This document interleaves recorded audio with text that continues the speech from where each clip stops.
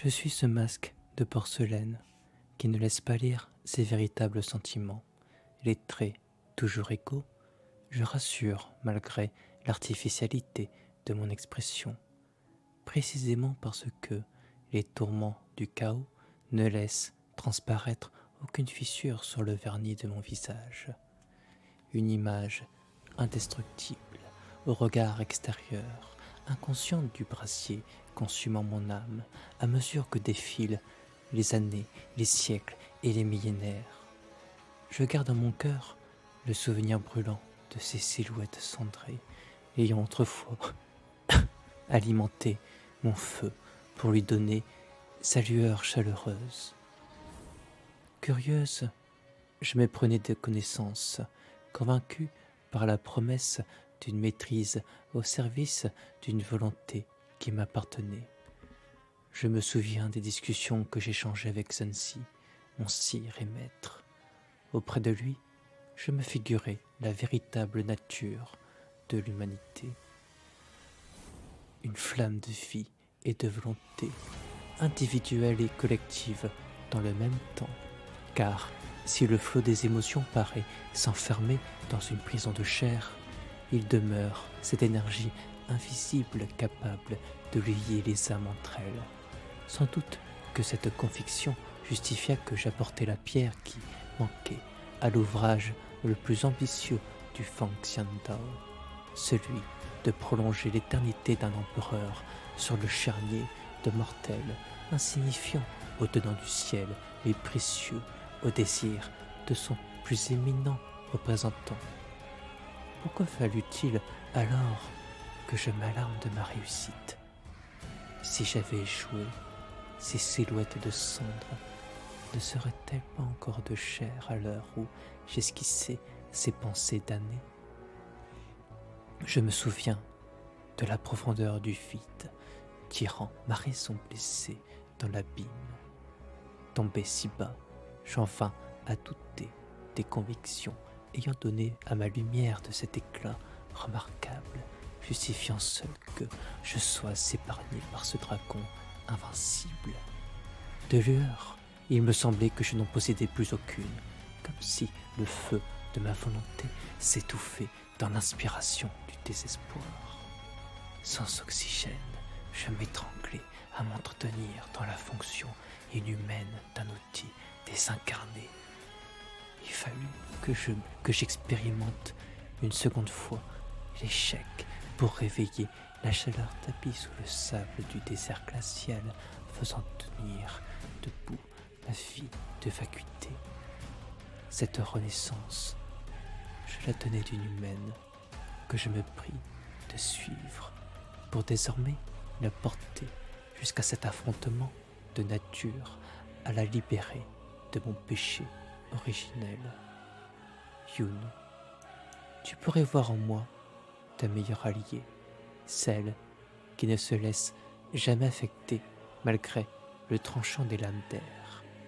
Plusieurs fois, tu me vis incarner cette tornade violente et rassurante, brisant les obstacles sur cette voie où tu te verrais enfin t'éclairer autrement que pour cette destinée que l'on choisit pour toi. À la vérité de tous, je ne suis que la plus grande des impostures, une amoureuse de cette humanité que je me forçais à mépriser pour seulement survivre, une pathétique existence en venant à nier ses croyances, noyée de ce souhait de pénitence, quand bien même mes actions ne sèmeraient que plus de souffrance. Cela, je crains d'échouer encore à vous en préserver. Si je devais être sincère une fois dans ma vie, alors je reconnaîtrais que derrière l'apparence immaculée de ce masque que je porte devant vous se fissure sans cesse le revers, au point qu'un petit courant d'air suffirait à le briser. Alors, vous observerez la profondeur de ma peur, celle de vous voir transformer vos proches en cendres, impuissants à éviter un désespoir que, moi-même, je ai emprunté bien avant vous.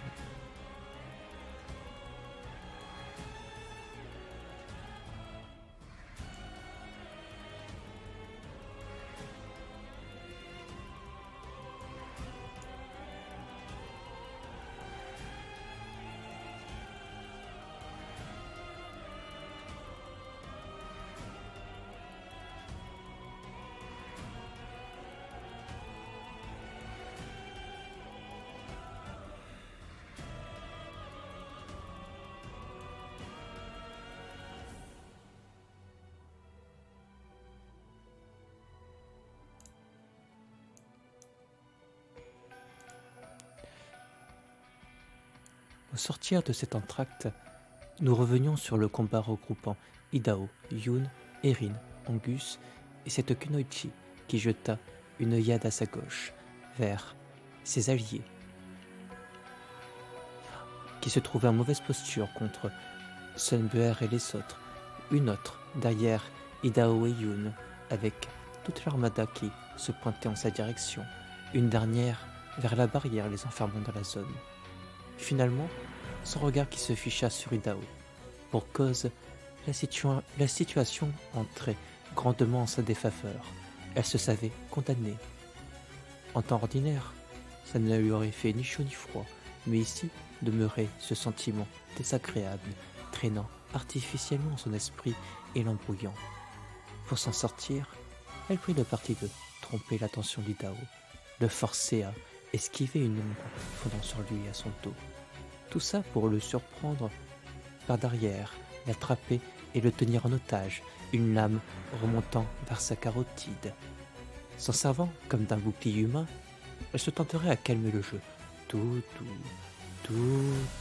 répétait-elle ainsi, pour ensuite chercher à s'expliquer.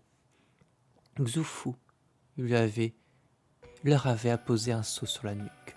S'il était présentement trop concentré sur sa barrière magique pour l'activer, demeurait cette menace qu'ils pouvaient tous les faire tomber en frénésie. Chaque détail était pensé pour ne laisser aucune chance de survie à ses défenseurs. Et si Idao n'attendit pas très longtemps pour lâcher un « Ok, c'est ok, on se rend », Yun voulut plus discuter, exiger d'elle qu'elle demande à ses alliés de faire de même. À ça, la Kunoichi battrait en touche, visiblement incapable de forcer ses compagnons à suivre son exemple. De ces mots, ce n'était pas sa guerre. Elle ne tenait pas à mourir dans ce combat, et si elle n'était pas plus de nature à faire confiance normalement à qui que ce soit, négocier ici restait sa meilleure chance de survie. Donc, un deal. Je ne tuerai pas votre ami, je baisserai les armes, et en échange, vous allez être gentil avec moi. On fait comme ça ? Un accord était trouvé. Idao était relâchée. Elle, de faire tomber sa lame et son masque, un sourire figé, tandis que Yun et Angus les dépassèrent pour se ruer en direction de Lin Cao, qui se trouvait près de Xufu, à tenter de désamorcer ce saut emmerdant. Idao, lui, demanderait à la Kunoichi si elle ne posséderait pas, par hasard, plus d'armes cachées. À ça, elle lui ferait la faveur de faire tomber à ses pieds tout un arsenal, dire de lui faciliter la tâche. Une coopération qui n'empêcha pas Idao de la fouiller un peu plus précautionneusement et de trouver plusieurs autres lames cachées. Une garantie, lâchait-elle. Il le comprenait en tant que professionnel, et au moment où il importait de trouver un moyen de l'immobiliser, le choix se balançait entre la piété et la tenir en respect avec une épée. À la première proposition, elle fit un pas en arrière, rappelant que elle leur demanda d'être gentil, s'il vous plaît. Oui, la possibilité qu'elle puisse monter en frénésie inquiétait n'importe qui, mais tout de même un peu de manière. Erin, qui le rejoint à ce moment, prit le parti de l'immobiliser avec ses cordes pincées. Il pouvait s'inquiéter que cette prisonnière soit capable de se libérer aisément de ses liens, mais elle leur assura qu'il n'en serait rien à l'état de frénésie du reste, mais elle avait prévu de coopérer après tout. Pendant ce temps, Yun et Angus progressaient à travers l'immense armée de soldats, se frayant un passage par la force et observant au passage l'avancée du combat où se tenaient Sunbuer et les autres. Ils verraient le grand gaillard avec la barbe bien taillée, poussait des jurons alors que Exiangu serrait ses fils magiques autour de lui pour les mobiliser. Le type avec les cheveux en arrière, alors où est-il? Il est juste là. Le type avec les cheveux en arrière, qui s'était déjà rendu, tout sourire, comme si ça ne le concernait pas, avec Zhang Zhenfeng, qui se préparait à l'attacher. Puis le dernier, avec sa grosse hache, de continuer de se battre, comme un dégénéré, contre Sun Buer, peu importe le nombre de fois où elle le mettait au tapis avec un air « Bon, tu vas te rendre maintenant ?» Mais il a insisté, l'autre, genre le gars qui savait pas quand s'arrêter. Voilà de ce côté. Donc, la suite.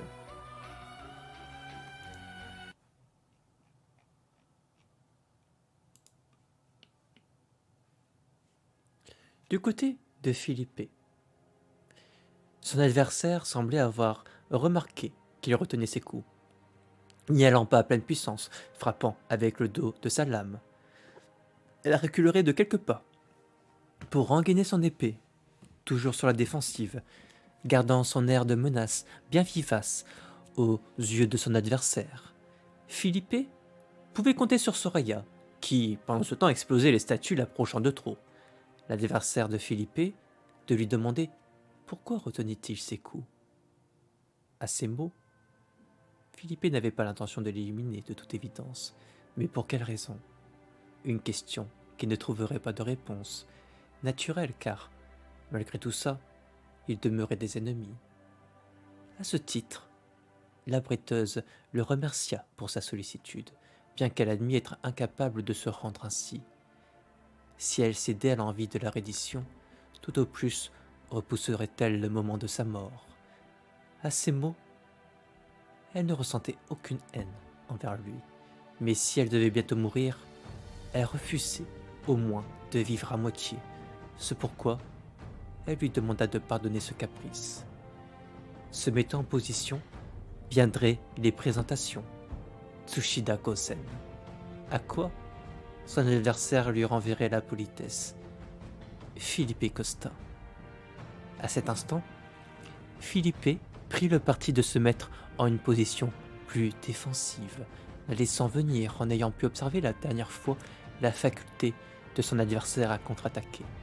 C'était sans compter que d'évidence, son potentiel ne se limitait pas à cela. L'énergie n'irradiait plus seulement de sa lame, mais de tout son être, une pression lourde, tandis qu'elle fermait les yeux, comme se concentrant sur d'autres sens, une crispation sur les traits. Brutalement, une puissante impulsion l'approcherait de sa position. Une approche qui surprenait non pas forcément pour sa vélocité, mais pour le fait qu'elle ne se mettait pas dans une position qui lui permette de le frapper avec sa lame. Non, la distance entre les deux se réduisait bien trop pour cela. Il fallait que ce soit son épaule qui le frappe au torse et le projette au loin. Seulement, à cet instant précis, alors que ses pieds quittaient le sol, elle trouvait soudain l'ouverture pour lui asséner un terrible coup pourfendeur venant lui ouvrir le torse profondément dans la longueur. Une blessure venant serrer les dents d'un homme qui avait jusqu'à maintenant brillé par son aura d'invincibilité. Le sang voletant dans l'air, pendant que Philippe s'écrasait contre des statues de terre à son dos, il se releva péniblement, lançant par réflexe une pierre vers Tsushida afin d'étourdir son attention, une tentative qui ne brisa d'évidence pas sa concentration, esquivant le coup sans ralentir son pas, qu'il approchait dangereusement de sa position. Sitôt, un nouvel enchaînement s'ensuivit, de ces coups de lame experts faisant pâlir quiconque pouvait assister à ce combat inhumain. En dépit de son handicap, Philippe sut se reprendre petit à petit, jusqu'à parvenir à récupérer l'ascendant dans un coup audacieux, le voyant désarmer son adversaire. Le regard de cette dernière, déviant sur cette arme qui concentrait l'intégralité de son potentiel martial. Elle échouerait à voir venir le coup de pied rotatif venant de derrière, admirablement exécuté par Soraya, qui insuffla de cet effet magique pour l'assommer sur le coup à terre. S'avançant vers Philippe, elle s'inquiéterait de son état, ne s'étant pas attendue à le voir trouver Une adversaire capable de le faire suer à ce point. Les ennemis à venir promettaient d'être redoutables. De quoi faire un peu vaciller ces maigres assurances forgées avant que ne commence cet affrontement. Heureusement, pour cette fois, il l'emportait. Comme en témoignait l'échange-forme les rattrapant, faisant un massacre de ces soldats de terre, se mettant sur leur passage. Des hommes d'armes, des cavaliers, des chars, des armes de siège, rien ne parvint à les arrêter dans leur avancée sauvage. Des hommes singes qui dévoilaient ici leur potentiel pour des batailles de cette échelle.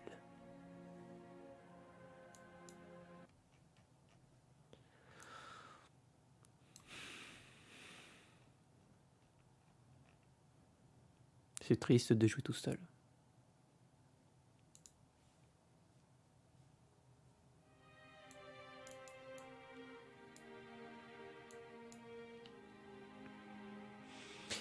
Le temps se passant, les défenseurs étaient maîtrisés et les soldats de terre exterminés.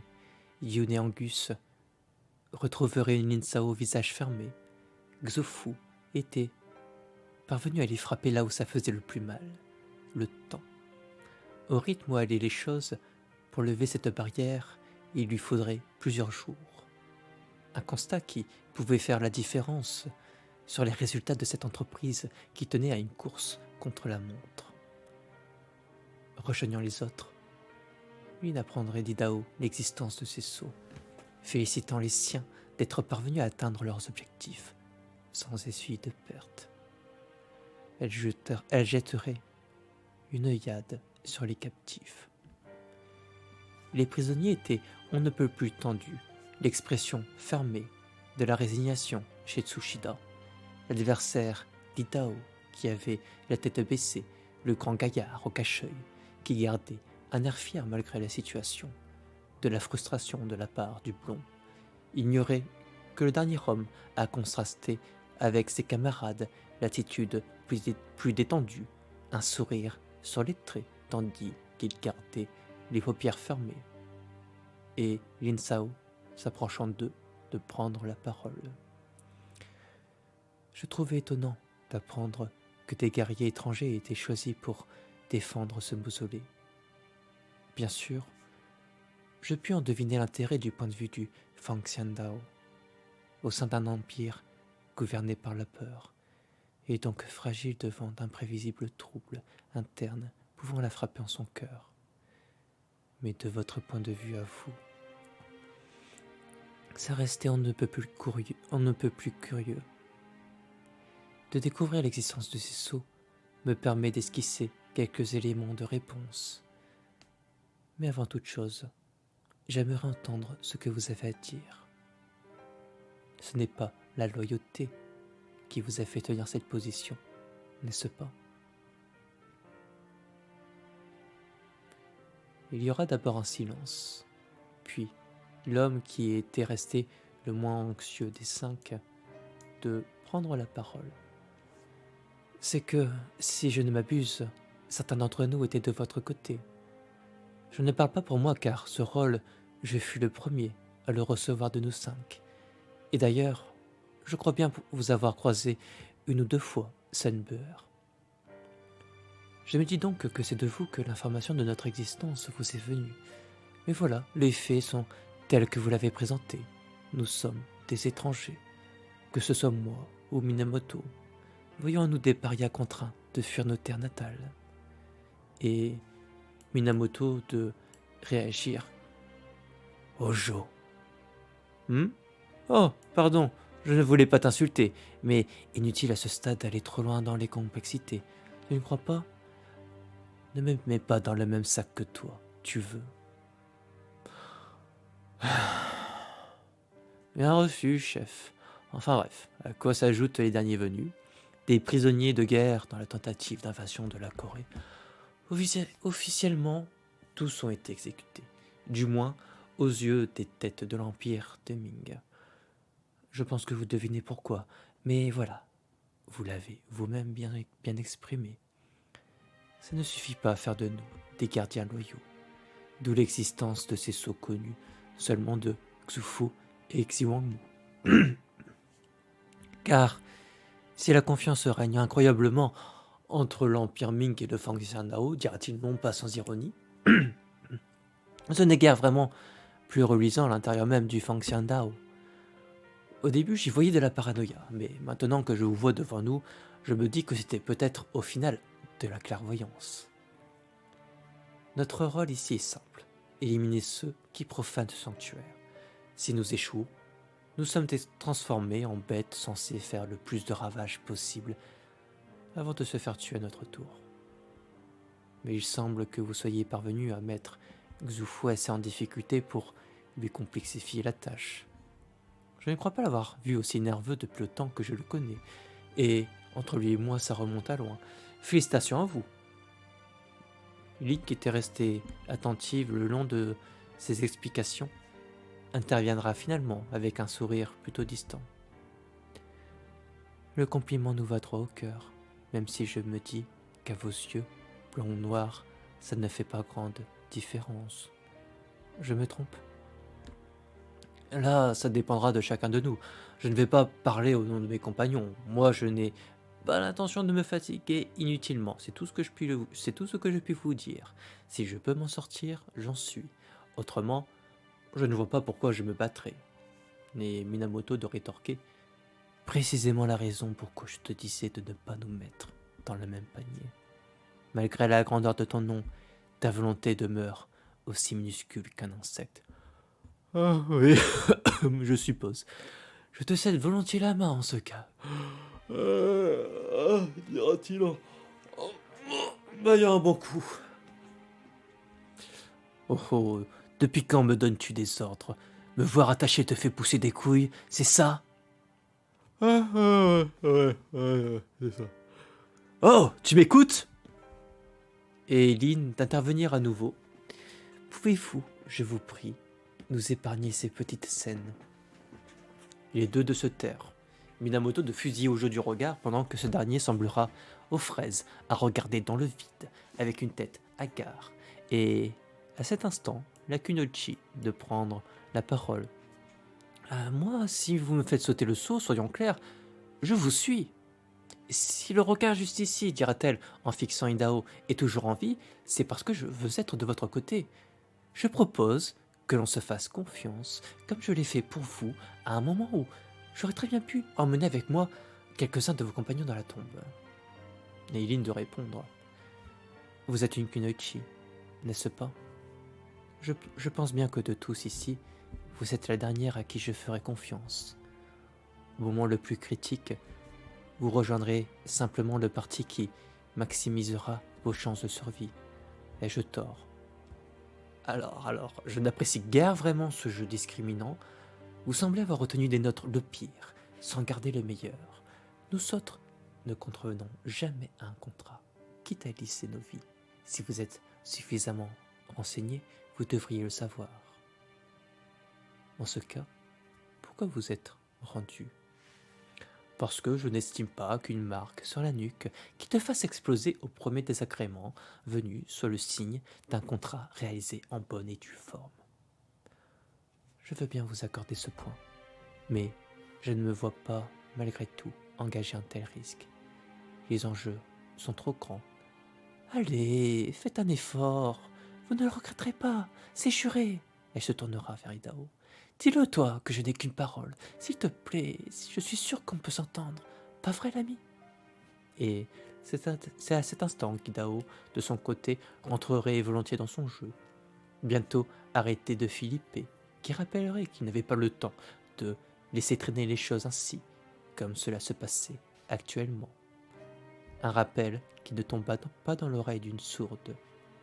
À ces mots, Lin Sao s'approcherait des prisonniers, suffisamment adroite en matière d'occultisme pour lever leur sceau et les dominer tous les 5 avec pour instruction de n'attaquer aucune des personnes ici présentes et de les aider dans les conflits à venir. En attendant, se tenait toujours en toile de fond la menace de cette barrière qu'il fallait briser le plus rapidement possible. Pour ce faire, Philippe se proposerait, fort de capacités d'élu et nécromantique qui permettrait de réduire considérablement le temps où il serait enfermé. Pendant une seconde, l'espoir était jeté qu'ils y échappent grâce aux capacités singulières d'Erin. Hélas, il semblait contre toute attente que les capacités de ce Xufu s'approchent du domaine de la jeune fille.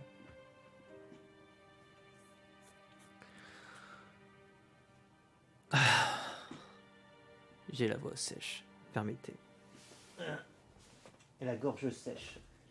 Je pourrais parler d'une anecdote à ce titre avec deux de mes joueurs, mais ce ne serait pas tout public. Sorry, child.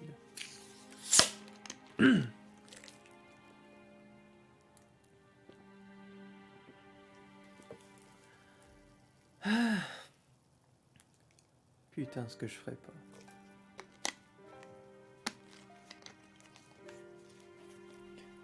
Oh, allez, encore une gorgée, j'ai soif.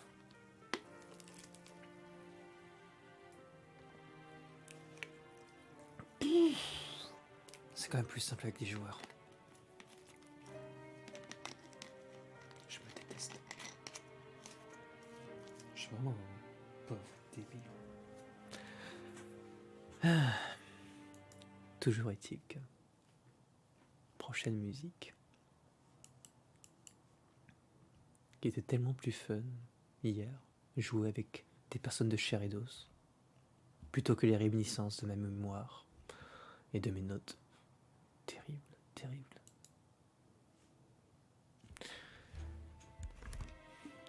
Les heures défilant, Idaho serait surpris par une éruption soudaine. Une personne... Oh, je sens le coca qui remonte. Une personne l'étreindrait dans le dos, une tête dépassant de son épaule droite. Il reconnaîtrait les traits de Sunbuer. Une observation qui lui inspira un rire amusé. Triste, je suis si triste. Veux-tu bien m'aider à être moins triste, ami, de mon pauvre cœur brisé? Elle attrapait sa mâchoire pour le faire répondre de manière artificielle. Oui, maîtresse, parce que je vous aime. À cette demande curieuse, Idaho lui donnerait son assentiment. L'occasion de présentation peut être un peu plus formelle. De cette manière, il découvrirait son nom, Momo Umaru, du clan Momochi. Elle ignorait quel pouvoir il avait bien pu utiliser, s'amusant de ce qu'elle percevait comme un ninjutsu de séduction. Bien sûr, Idaho aurait pu se laisser aller à une autre méthode. Il demeurait toujours que, si l'objectif s'intéressait un tant soit peu à la survie de ses défenseurs, un tel verrou se révélerait on ne peut plus contre-productif. Aussi, Idaho ne discuterait pas longuement avant de lever sur cette personne cet handicap qui la mettrait en une triste humeur, même si cela ne s'était pas vu le moins du monde dans son comportement intimiste.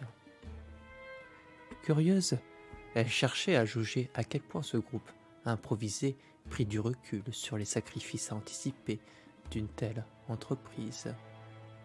D'évidence, il ne ferait pas d'omelette sans casser des œufs.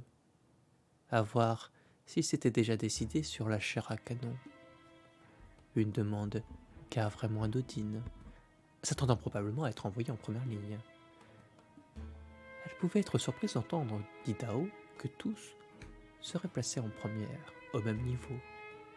D'ailleurs, elle se discernait en lui une sorte de compère en matière de mercenariat et d'assassinat. Il aurait été stupide de n'avoir été embarqué dans cette affaire que par l'appât du gain.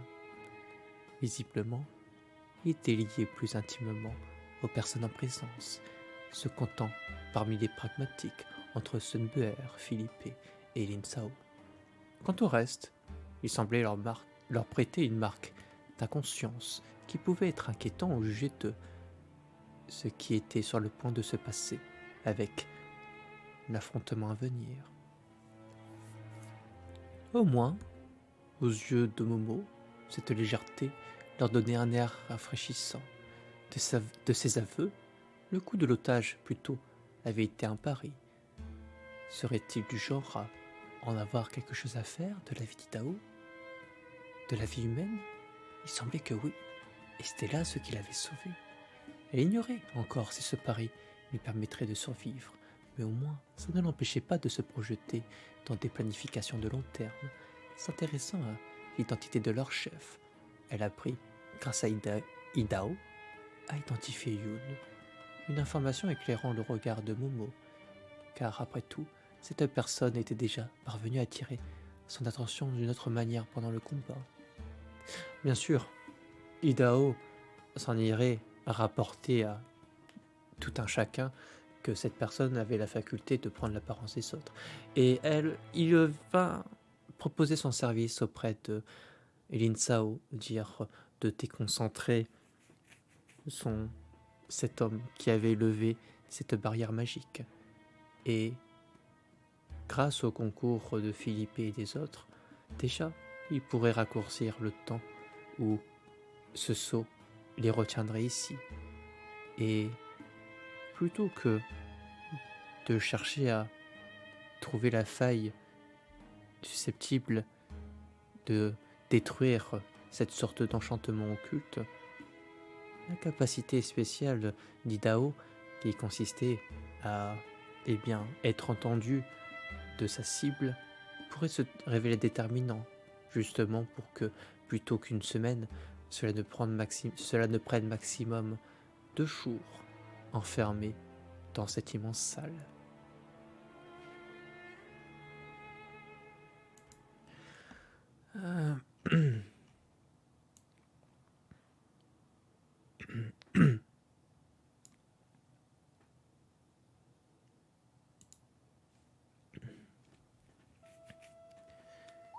Pendant ce temps, du côté d'Erin, Angus, qui était à ses côtés, verrait s'approcher Aïe en leur direction.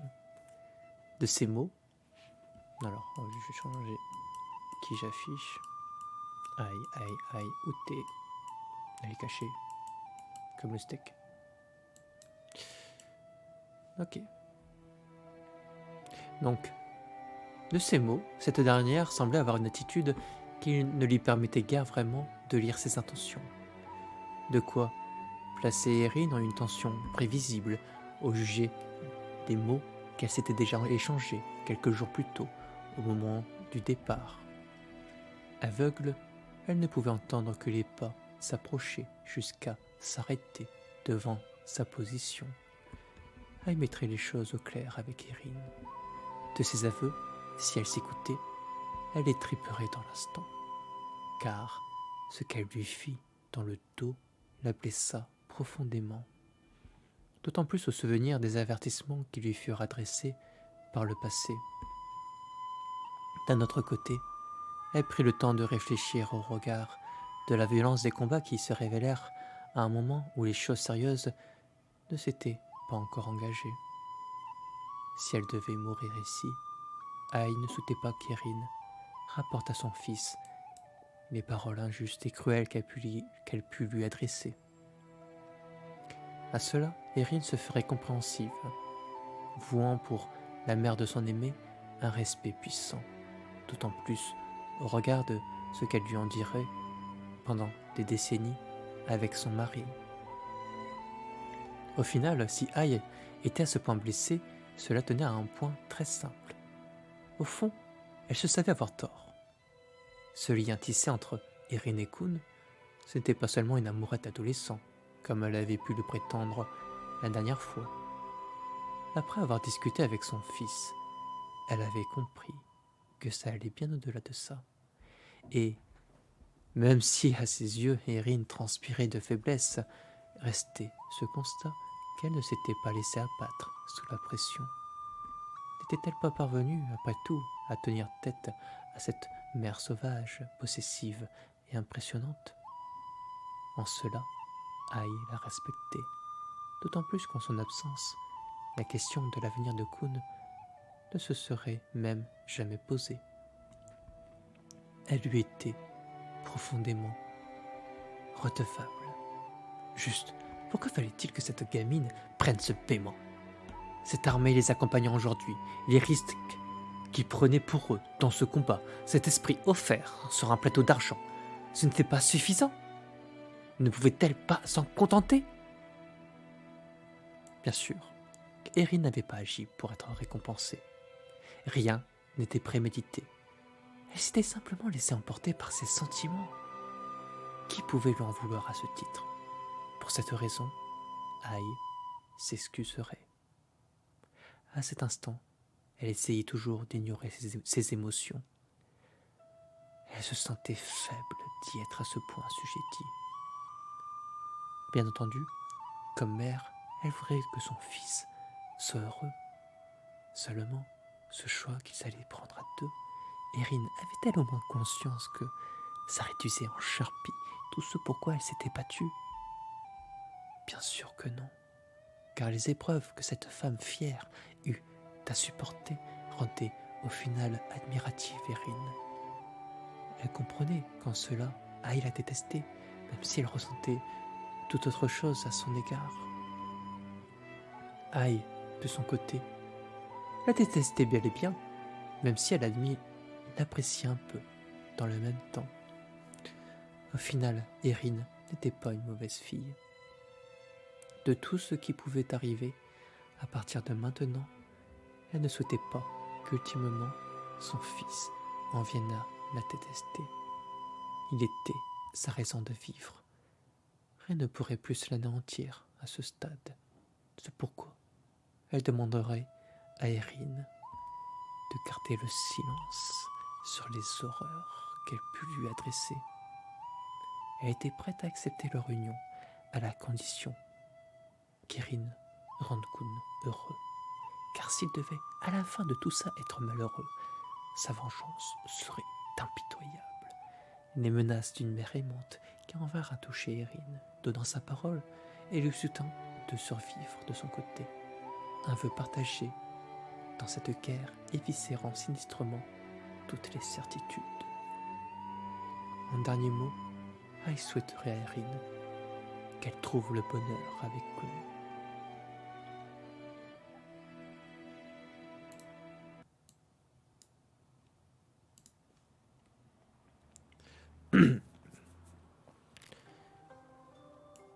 Non loin,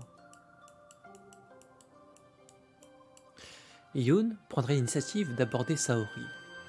L'arrivée de ces étrangers dans le groupe faisait monter en elle une curiosité naturelle, car, pour étranger était-il, il demeurait attaché à une terre où sa mère disparut. De cette manière, remarqua-t-elle chez sa sœur l'attention portée envers un individu en particulier. L'homme blond, avec sa hache, s'étant illustré par sa combativité devant Sunbear. De ces mots, il était lui-même un enfant, la mine, étant passé par le même genre de rituel de sélection mortifère qu'elle, de ceux où plusieurs combattants sont lâchés dans une arène, le dernier survivant se voyant gagner l'étreinte de cette vampire impitoyable. Hélas, leur relation demeura distante du temps où ils étaient encore au Japon. Tout ce qu'elle savait de lui tenait pour son passé tragique, où il fut ébouillanté vivant avec sa famille. Un miracle qu'il survécut, mais en conséquence, il tira de cette expérience une rage à l'origine du berserk qu'il devint aujourd'hui. En outre, Yoon obtint assez d'informations pour se donner l'envie de l'aborder, apprenant également quel passé trouble Momomaru, dont elle a pris le nom, pouvait posséder, à avoir réalisé quelques assassinats politiques plutôt impactants et des histoires sombres, pleines de mystères, bref. Un profil qui pue. De l'autre, Tsushida Gozen, qui au contraire apparaissait comme une ancienne exécutante, une ancienne exécutrice plutôt, au sens littéral du terme, même si elle avait eu la réputation de se refuser à exécuter des personnes pour des raisons de morale. Une personne dont le mot honneur pouvait recouvrir un grand sens, pleine de vertu. Et Je crois que ça s'était arrêté là-dessus, sur les informations qu'elle avait obtenues. Toujours est-il que Yoon voulut s'approcher de son cher frère. Alors, il y a certainement des éléments que j'ai oubliés au cours de la partie.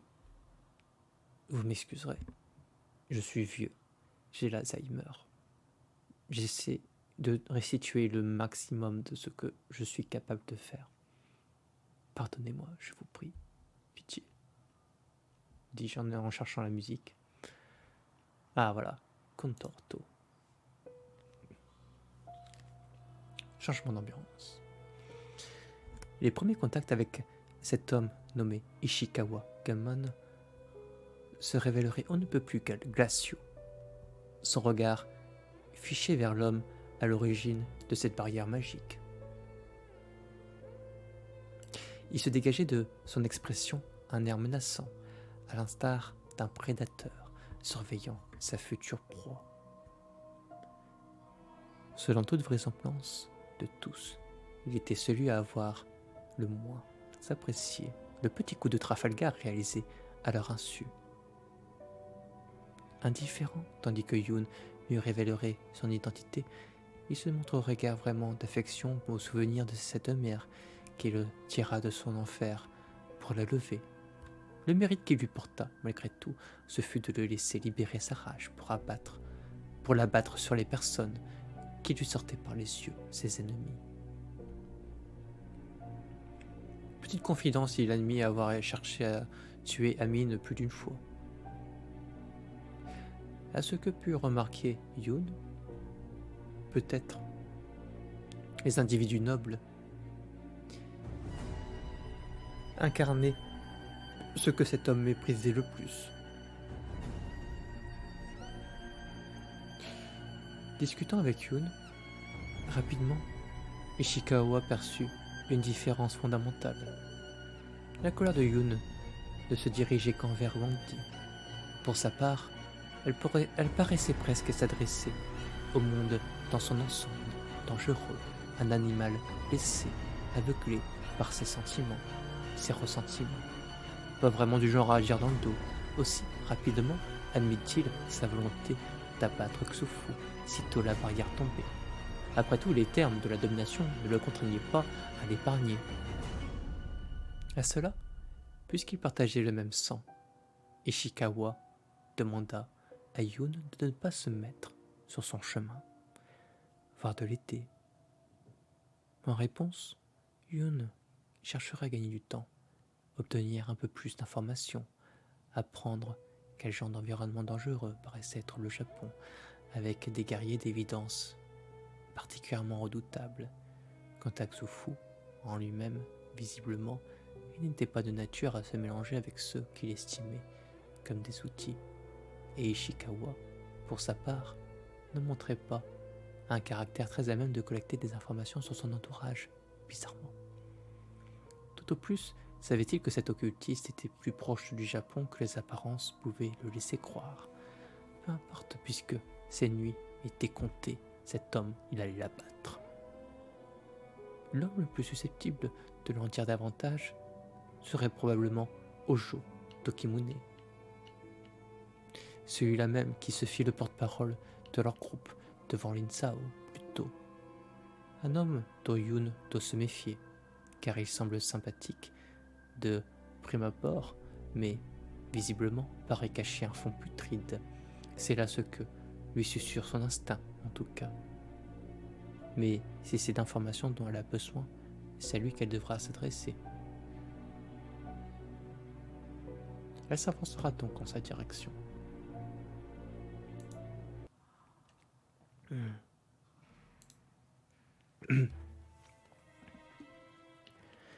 Seulement, s'avançant en la direction de cet homme, le plus ancien des gardiens du mausolée, Yoon se verrait surprise à son dos par une voix la saluant.